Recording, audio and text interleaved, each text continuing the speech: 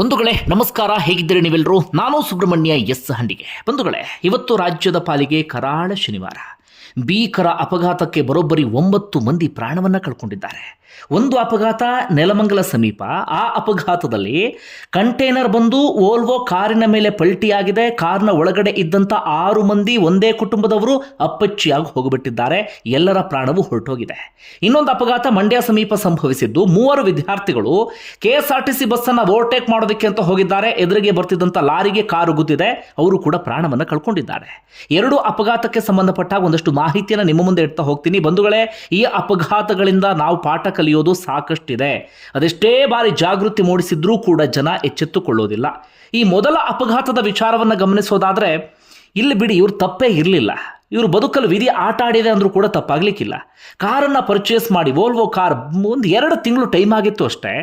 ಅಷ್ಟರೊಳಗಾಗಿ ಅವರೆಲ್ಲರೂ ಕೂಡ ಪ್ರಾಣ ಕಳ್ಕೊಂಡು ಬಿಟ್ಟಿದ್ದಾರೆ. ಇನ್ನು ತುಂಬ ಆಕ್ಸಿಡೆಂಟ್ಗಳಲ್ಲಿ ಏನಾಗ್ಬಿಡುತ್ತೆ, ನಾವು ರ್ಯಾಶ್ ಡ್ರೈವಿಂಗ್ ಮಾಡ್ತೀವಿ ಅಥವಾ ಓವರ್ಟೇಕ್ ಮಾಡೋದಕ್ಕೆ ಹೋಗ್ತೀವಿ ಅಥವಾ ಇನ್ನೇನೋ ಎಡವಟ್ ಮಾಡ್ಕೊಂಡು ಪ್ರಾಣವನ್ನು ಕಳ್ಕೊಳ್ತೀವಿ.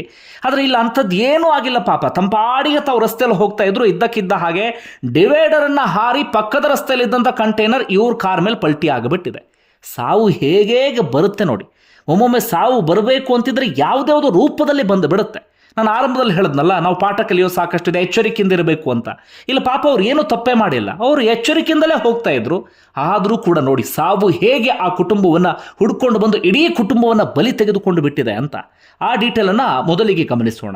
ಈ ಘಟನೆ ನಡೆದಿದ್ದು ನೆಲಮಂಗಲದ ಟಿ ಬೇಗೂರು ಇದೆ ನೋಡಿ, ಅಥವಾ ತಾಳಕೆರೆ ಭಾಗ ಇದೆ ನೋಡಿ, ರಾಷ್ಟ್ರೀಯ ಹೆದ್ದಾರಿ, ಅಲ್ಲಿ ಸಂಭವಿಸಿದಂಥ ದುರಂತ ಇದು. ಪರ್ಸ್ನಲಿ ನನಗೆ ಆ ರಸ್ತೆಯಲ್ಲಿ ಡ್ರೈವಿಂಗ್ ಮಾಡೋದಂದ್ರೆ ತೀರಾ ಆತಂಕ ಆಗಿಬಿಡುತ್ತೆ. ತೀರಾ ಇಕ್ಕಟ್ಟಾದಂಥ ರಸ್ತೆ ಮತ್ತು ತುಂಬ ಗುಂಡಿಗಳು ತುಂಬಿರುವಂತಹ ರಸ್ತೆ, ಜೊತೆಗೆ ವಿಪರೀತ ಕಂಟೈನರ್ಗಳು, ಲಾರಿ ಓಡಾಟ ಅಂತೂ ಅಲ್ಲಿದ್ದೇ ಇರುತ್ತೆ. ಅಲ್ಲಿ ಆ ರಸ್ತೆಯಲ್ಲಂತೂ ಅದೆಷ್ಟೇ ಎಚ್ಚರಿಕೆಯಿಂದ ಇದ್ರೂ ಕೂಡ ಸಾಲದು. ಭಾಳ ಬೇಸರ ಅಂದರೆ, ಆ ರಸ್ತೆಗೆ ಟೋಲ್ ಕಟ್ತೀವಿ, ದುಡ್ಡು ಕೊಟ್ಟೆ ಓಡಾಡ್ತೀವಿ, ಆದರೆ ರಸ್ತೆ ಮಾತ್ರ ಸರಿ ಇಲ್ಲ. ಇದು ನಮ್ಮೆಲ್ಲರ ದುರಂತ ಅಂದರೂ ಕೂಡ ತಪ್ಪಾಗಲಿಕ್ಕಿಲ್ಲ. ಈಗ ಆ ಘಟನೆಯ ವಿಚಾರವನ್ನು ಬರೋಣ. ಈ ವೋಲ್ವೋ ಕಾರ್ನಲ್ಲಿ ಒಂದೇ ಕುಟುಂಬದ 6 ಮಂದಿ ಪ್ರಯಾಣವನ್ನು ಮಾಡ್ತಾ ಇದ್ರು. ಅವರೆಲ್ಲರೂ ಕೂಡ ಈ ಬೆಂಗಳೂರಿಂದ ತುಮಕೂರು ಮಾರ್ಗದಲ್ಲಿ ಹೋಗ್ತಾ ಇದ್ರು. ಅಂದರೆ ಬೆಂಗಳೂರಿಂದ ತುಮಕೂರು ಮಾರ್ಗ, ಅವ್ರು ಸೀದಾ ವಿಜಯಪುರಕ್ಕೆ ಹೋಗೋರಂತೆ ಆ ರಸ್ತೆಯಲ್ಲಿ ಅವ್ರು ಹೋಗ್ತಾ ಇದ್ರು. ಇನ್ನು ಆ ಕಡೆಯಿಂದ ಕಂಟೈನರ್ ಇದೆಯಲ್ಲ, ಅದು ತುಮಕೂರು ಮಾರ್ಗದಿಂದ ಸೀದಾ ಬೆಂಗಳೂರು ಕಡೆಗೆ ಬರ್ತಾ ಇದ್ದಂಥ ಕಂಟೈನರ್. ಅದು ಕಂಪ್ಲೀಟ್ ಲೋಡ್ ಇದ್ದಂಥ ಕಂಟೈನರ್. ಅದು ಬರ್ತಿದ್ದಂಥ ಸಂದರ್ಭದಲ್ಲಿ ಇಲ್ಲಿ ಕಂಟೈನರ್ ಚಾಲಕನನ್ನು ನಾವು ದೂರುವ ಹಾಗಿಲ್ಲ. ಆತ ಬರ್ತಿದ್ದಾಗ ಆತನ ಎದುರುಗಡೆ 2 ಕಾರ್ನವರು ಅಡ್ಡ ಬಂದು ಬಿಟ್ಟಿದ್ದಾರೆ. ಅಲ್ಲಿ ಪ್ರತ್ಯಕ್ಷದರ್ಶಿಗಳು ಹೇಳ್ತಾ ಇದ್ರು, ಆ ಲಾರಿ ಡ್ರೈವರ್ಗೆ, ಅಂದರೆ ಕಂಟೈನರ್ ಡ್ರೈವರ್ಗೆ ಅವ್ರು ತೀರಾ ಡಿಸ್ಟರ್ಬ್ ಮಾಡಿಬಿಟ್ರು ಆ ಕಾರ್ನಲ್ಲಿ ಬರ್ತಿದ್ದವರು ಅಂತ. ಆ ಕಾರ್ನವರು ಅಡ್ಡಾದಿಡ್ಡಿ ಬಂದಂಥ ಕಾರಣಕ್ಕಾಗಿ ಈ ಕಂಟೈನರ್ ಚಾಲಕ ಏನು ಮಾಡಿದ್ದಾನೆ, ಆ ಕಾರನ್ನು ತಪ್ಪಿಸ್ಬೇಕು ಅಂತ ಹೇಳಿ ಆತ ಬಲಭಾಗಕ್ಕೆ ಎಳೆದು ಬಿಟ್ಟಿದ್ದಾನೆ. ಪಕ್ಕದಲ್ಲೇ ಡಿವೈಡರ್ ಇತ್ತಲ್ಲ, ಡಿವೈಡರ್ಗೆ ಡಿಕ್ಕಿ ಹೊಡೆದು ಆ ಕಡೆ ಹೋಗಿದೆ. ಆ ಕಡೆ ಬರ್ತಿದ್ದಂಥ ಒಂದು ಲಾರಿಗೆ ಡಿಕ್ಕಿ ಹೊಡೆದಿದೆ. ಜೊತೆಗೆ ಇನ್ನೊಂದು ಲಾರಿಗೂ ಅಥವಾ ಸ್ಕೂಲ್ ವ್ಯಾನ್ ರೀತಿಯಾದಂಥ ಗಾಡಿಗೆ ಡಿಕ್ಕಿ ಹೊಡೆದಿದೆ ಎನ್ನುವಂಥ ಮಾಹಿತಿ ಈಗ ಬರ್ತಾ ಇದೆ. ಒಟ್ಟಾರೆಯಾಗಿ ಆ ಆಕ್ಸಿಡೆಂಟ್ ಆಗಿದೆ ಆರಂಭದಲ್ಲಿ. ಆ ಡಿಕ್ಕಿ ಹೊಡೆದಂಥ ಲಾರಿಯ ಹಿಂದೆ ವೋಲ್ವೋ ಕಾರ್ ಬರ್ತಾ ಇರುತ್ತೆ.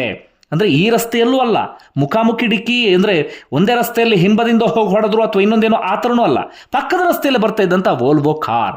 ಆ ವೋಲ್ವೋ ಕಾರ್ನಲ್ಲಿ ಇದ್ದಂಥವರ ಅದೃಷ್ಟ ಕೆಟ್ಟು ಬಿಟ್ಟಿತ್ತು. ಈ ಕಂಟೈನರ್ ಹೋಗಿ ಆ ವೋಲ್ವೋ ಕಾರ್ ಮೇಲೆ ಮಗುಚಿ ಬಿದ್ದಿದೆ. ತಕ್ಷಣ ಸುತ್ತಮುತ್ತ ಇದ್ದಂಥವ್ರು ರಕ್ಷಣೆಗೆ ಅಂತ ಪ್ರಯತ್ನ ಪಟ್ಟಿದ್ದಾರೆ. ಏನು ರಕ್ಷಣೆ ಮಾಡುವಂಥ ಸ್ಥಿತಿಯಲ್ಲೂ ಕೂಡ ಇಲ್ಲ. ಅವ್ರು ಬಂದು ಕಂಟೈನರನ್ನು ಎತ್ತೋದಕ್ಕೆ ಸಾಧ್ಯ ಆಗುತ್ತಾ? ಜೊತೆಗೆ ಪ್ರತ್ಯಕ್ಷದರ್ಶಿಗಳು ಹೇಳ್ತಾ ಇದ್ರು ಅಲ್ಲಿ ಭೀಕರತೆಯನ್ನು. ತುಂಬ ಆಕ್ಸಿಡೆಂಟ್ಗಳಲ್ಲಿ ನಾವು ಚೀರಾಟ, ಕೂಗಾಟ ಅಂಥದ್ದೆಲ್ಲವನ್ನೂ ಕೂಡ ಕೇಳ್ತೀವಿ, ಅಥವಾ ಕಾಪಾಡಿ ಕಾಪಾಡಿ ಅಂತ ಅರ್ಚ್ಕೊಳ್ತಾರೆ ಅಂತ. ಆದರೆ ಇಲ್ಲಿ ಅದಕ್ಕೂ ಕೂಡ ಭಗವಂತ ಅವಕಾಶವನ್ನೇ ಮಾಡಿಕೊಟ್ಟಿಲ್ಲ. ಯಾರೂ ಕೂಡ ಕಿರ್ಚಾಡೋದಕ್ಕೆ ಆಗಿಲ್ಲ. ಕಂಟೈನರ್ ಅವ್ರ ಮೇಲೆ ಬೀಳ್ತಾ ಇದ್ದ ಹಾಗೆ ತಕ್ಷಣವೇ ಎಲ್ಲರೂ ಅಪ್ಪಚ್ಚಿಯಾಗಿದ್ದಾರೆ. ಎಲ್ಲರೂ ಅಲ್ಲೇ ಪ್ರಾಣವನ್ನು ಕಳ್ಕೊಂಡಿದ್ದಾರೆ. 2 ಮಕ್ಕಳಿದ್ರು, ಇನ್ನು 4 ಜನ ದೊಡ್ಡವರಿದ್ದರು. ಎಲ್ಲರೂ ಕೂಡ ಪ್ರಾಣವನ್ನು ಕಳ್ಕೊಂಡು ಬಿಟ್ಟಿದ್ದಾರೆ.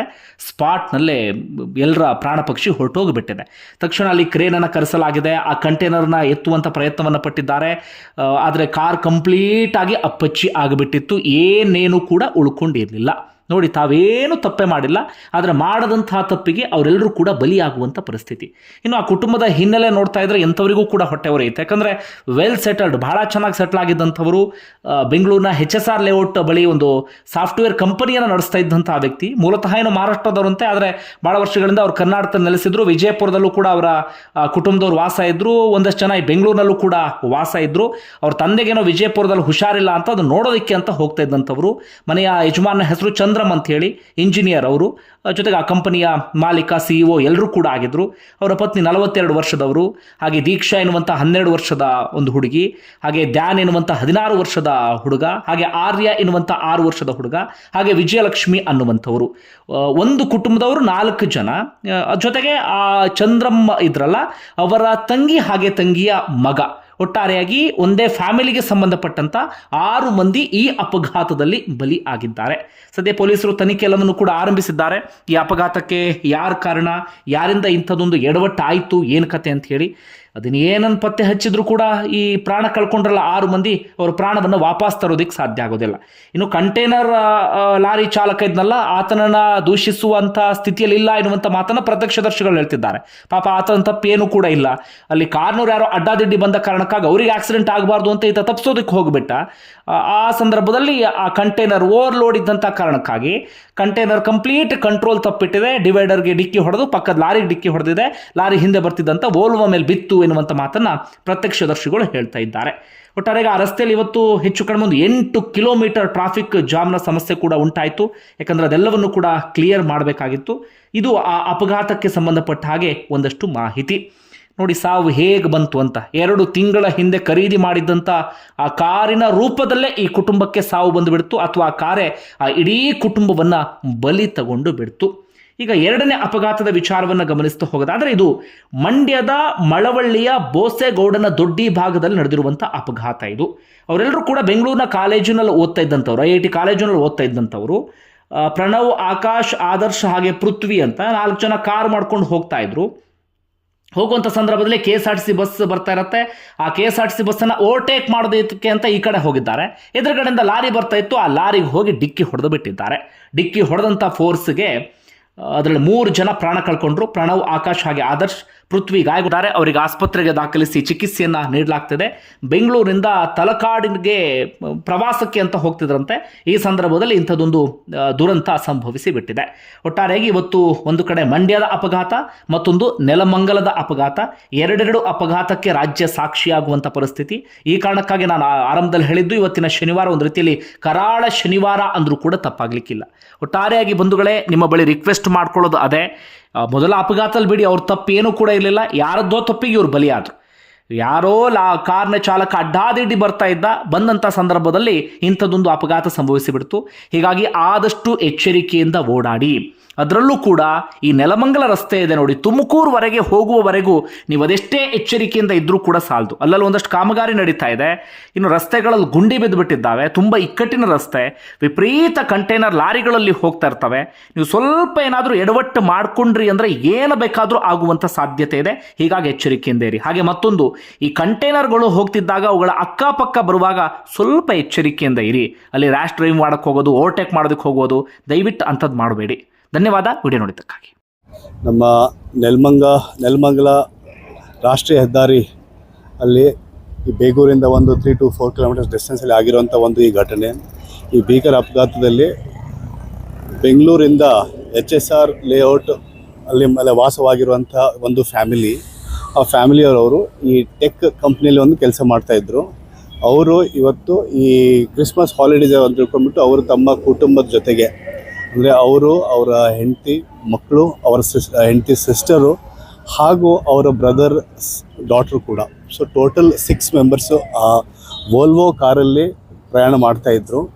ಈ ಕಡೆಯಿಂದ ಬೆಂಗಳೂರು ಕಡೆಯಿಂದ ಟುವರ್ಡ್ಸ್ ತುಮಕೂರು ಈ ರಸ್ತೆಯಲ್ಲಿದ್ದಾಗ ಆಪೋಸಿಟ್ ಡೈರೆಕ್ಷನ್ನಲ್ಲಿರುವಂಥ ಒಂದು ಕಂಟೈನರ್ ವಾಹನ ಕಂಟಿನ್ಯೂಸ್ ಆಗಿ ಅದು ಸ್ಪೀಡಾಗಿ ಬಿಟ್ಟು ಅದು ಇನ್ನೊಂದು ವೆಹಿಕಲ್ ತಪ್ಪಿಸ್ಲಿಕ್ಕೆ ಏನೋ ಅದು ಆಕ್ಸಿಡೆಂಟ್ ಆಗುವಂಥ ಒಂದು ಪ್ರಮೇಯ ಇತ್ತು. ಅದಕ್ಕೆ ಅವ್ರಿಗೆ ಇದು ಕಂಟ್ರೋಲ್ ಮಾಡೋಕ್ಕೆ ಆ ಕಡೆ ಸೈಡು ಆ ಸ್ಪೀಡ್ ತಪ್ಪಿ ಔಟ್ ಆಫ್ ಕಂಟ್ರೋಲ್ ಆಗಿಬಿಟ್ಟು ಆ ಕಂಟೈನರ್ ವೆಹಿಕಲ್ಲು ಅಪೋಸಿಟ್ ಡೈರೆಕ್ಷನ್ ಅಂದರೆ ಟುವರ್ಡ್ಸ್ ತುಮಕೂರು ಹೋಗುವಂಥ ಈ ವಾಹನ, ಇದೇನು ವೋಲ್ವೋ ವೆಹಿಕಲ್ ಇದೆ, ಅದ್ರ ಮೇಲೆ entire container ಬಿದ್ದೋಗಿದೆ.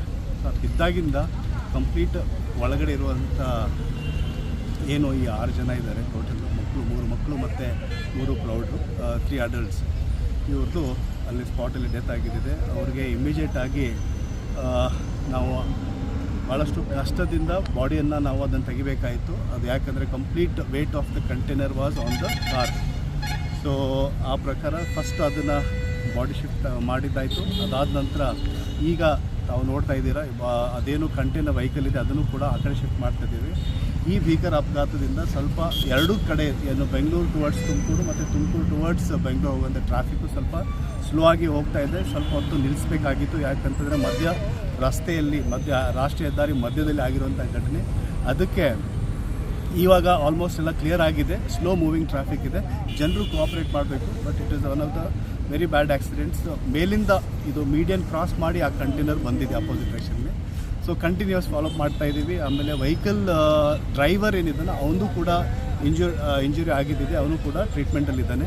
His condition is also critical. Sir, ಇವರು ಮೂಲತಃ ವಿಜಯಪುರ ಮೂಲದವರು ಅಂತೇಳಿ ಹೇಳಿ ಅದನ್ನು ನಾವು ಎಸ್ಟಾಬ್ಲಿಷ್ ಮಾಡ್ತಾ ಇದ್ದೀವಿ. ಮೂಲತಃ ವಿಜಯಪುರ ಮಹಾರಾಷ್ಟ್ರ ಬಾರ್ಡರ್ಲಿರುವಂಥ ಒಂದು ಹಳ್ಳಿಯಿಂದ ಇವರು ಬಿಲಾಂಗ್ ಮಾಡ್ತಾರೆ. ಈಗ ಅವ್ರ ಊರ ಕಡೆನೇ ಹೋಗ್ತಾ ಇದ್ರು. ಫ್ಯಾಮಿಲಿ ಸೆಲೆಬ್ರೇಷನ್, ಕ್ರಿಸ್ಮಸ್ ಹಾಲಿಡೇ ಅಂತ ತಿಳ್ಕೊಂಡ್ಬಿಟ್ಟು ಎಂಟೈರ್ ಕುಟುಂಬ ಸೆಲೆಬ್ರೇಷನ್ ಹೋಗ್ತಾ ಇತ್ತು. ಅವಾಗ ಆಗಿರುವಂಥ ಇದು ಒಂದು ಘಟನೆ. ಸರ್, ಇದು ಸಾಫ್ಟ್ವೇರ್ ಕಂಪನಿ ಮಾಲೀಕ ಅನ್ನೋ ಒಂದು ಮಾಹಿತಿ ಸಿಗ್ತಾ ಇದೆ ಸರ್. ಮಾಲೀಕನ ಅದ್ರ ಕೆಲಸಗಾರ ಅದನ್ನು ಈಗ ಅಲ್ಲಿ ಕೆಲಸ ಮಾಡ್ತಿರೋಂಥ ಅವ್ರ ಬ್ರದರ್ ಜೊತೆ ನಾನೇ ಮಾತಾಡಿದ್ದೀನಿ. ಯಾಕಂದರೆ ಇಮಿಡಿಯೇಟಾಗಿ ಇವ್ರು ಯಾರು ಅಂತ ಎಸ್ಟಾಬ್ಲಿಷ್ ಮಾಡಬೇಕಾಗಿತ್ತು ನಮಗೆ. ಇಮಿಡಿಯೇಟಾಗಿ ವಿದಿನ್ 1 ಅವರಲ್ಲಿ ಇದೆಲ್ಲ ನಾವು ಮಾಡಿದ್ದೀವಿ ವರ್ಕು ಕಂಟಿನ್ಯೂಸ್ ಆಗಿ. ಅವ್ರ ಬ್ರದರ್ ಜೊತೆ ಮಾತಾಡಿದ್ದಾಗಿದ್ದು ಅವರು ಈ ಕಂಪ್ನಿಯಲ್ಲಿ ಕೆಲಸ ಮಾಡ್ತಾರೆ ಅಂತ ಹೇಳ್ತಾರೆ. Further details are awaited. Okay, thank you sir.